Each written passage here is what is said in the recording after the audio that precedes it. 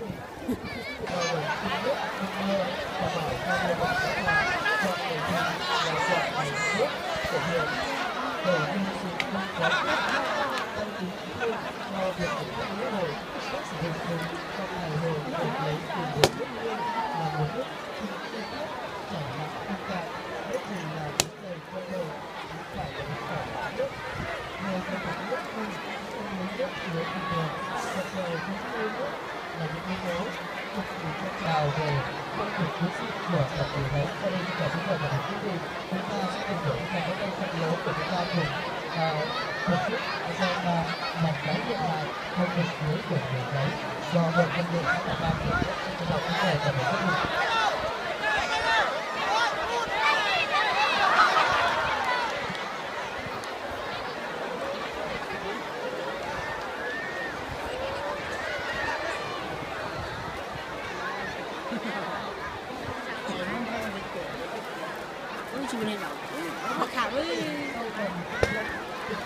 Của tập thể đấy, tất cả chúng ta nhân vì chúng ta tham gia phần thi này, tất cả chúng ta tập thể cuối cùng chúng ta sẽ dùng ra không thi này để chúng ta thực hiện một lần nữa nhưng mà ban tổ chức trong đợt chúng thời và chúng tôi thông báo đến các đơn vị chúng ta tham gia dự thi.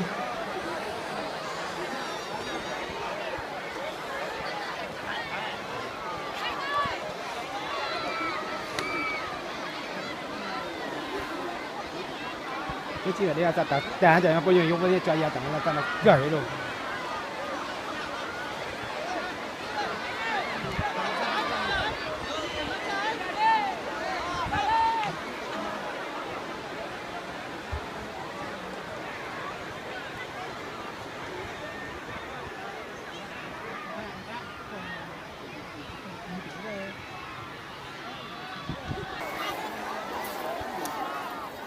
Đi nọ bị chồng ơi.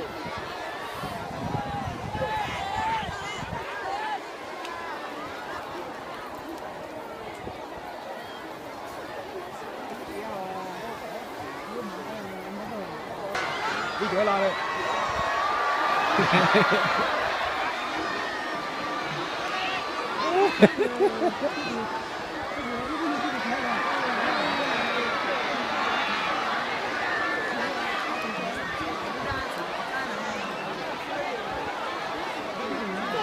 Nè.